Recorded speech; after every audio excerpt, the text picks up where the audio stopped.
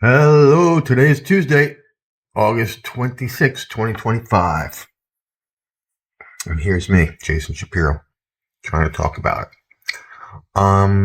So today I guess we were back to regularly scheduled programming, which means rates lower, yield curve steeper, stocks higher, led by the Russell, gold higher, and the dollar lower.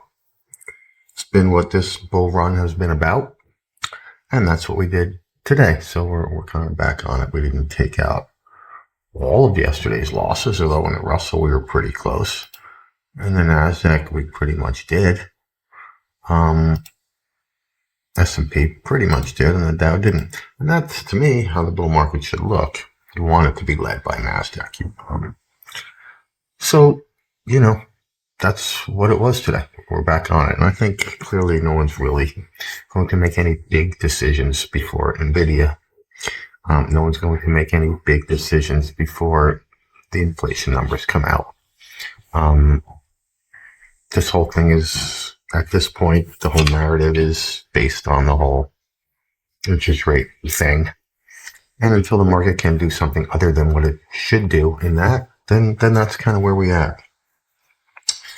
The big news, of course, today, to state the obvious, was that Travis Kelce and Taylor Swift got engaged. And that was clearly why the markets rebounded. After being weak overnight on the back of some talk about, Donald Trump firing this person on the Federal Reserve. And that's minor negative news when you compare it to the news of, Tay-Tay, obviously. What could go wrong in a world with Tay-Tay being happy? And on that note, we hear so much of this now about the U.S. government taking a piece of Intel and the prospect that they're going to take a piece of some other companies, like defense companies, and how bad that is. This is supposed to be a free market, and I'm a capitalist, and this is against capitalism, and governments are not good at, at allocating resources efficiently, and yada, yada, yada. We know this. You're not a hero for telling us this, okay? Everybody knows this, But I've heard it twice in my life. One was in 97 during the Asian financial crisis, when the Asian stock markets were crashing. China stepped in and bought every stock on the Hang Seng Index and said, we're there. We will buy whatever you want to sell. And that was seen as the end of Hong Kong, because Hong Kong up to that point was the freest market in the world.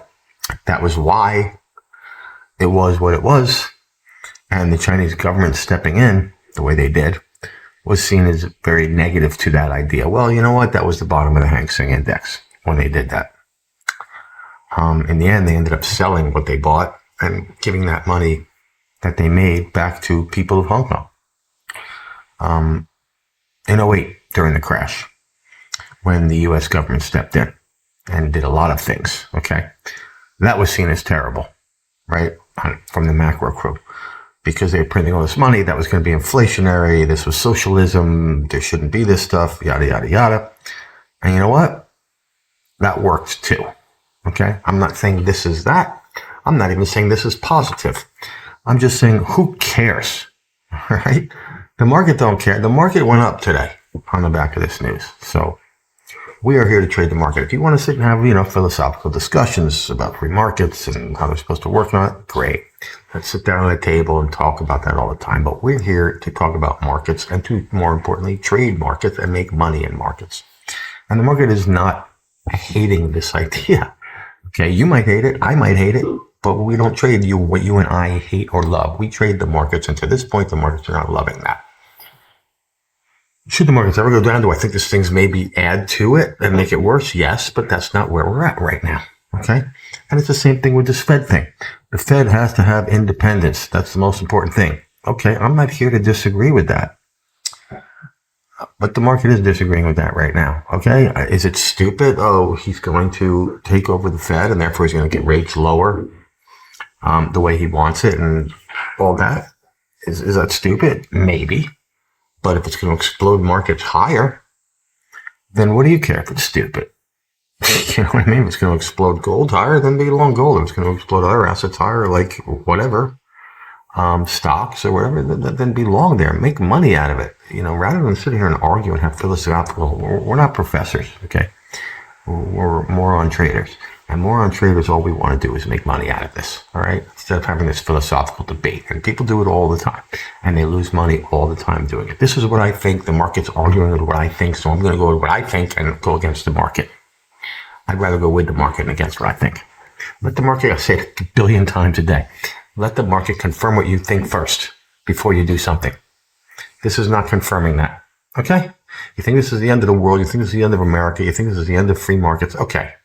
I'm not here to disagree. I'm here to say wait until the market agrees with you. Because if you're right, there's a long way down. So you don't need to sell it right here. Okay? Those are my thoughts for today. I hope they help. And we will talk again on the morrow. Thank you. Hi, I just wanted to say if you like these daily videos, we do them 4 days a week, Monday through Thursday for people, and it costs, $10 a month. And I try to include a lot of other lessons as I go through, as you see in the daily videos as well. For that $10 a month, you also get our COT charts on equity indices and crypto. So if you think that's worth it, give it a shot. All right. And we hope to see you there. Thanks.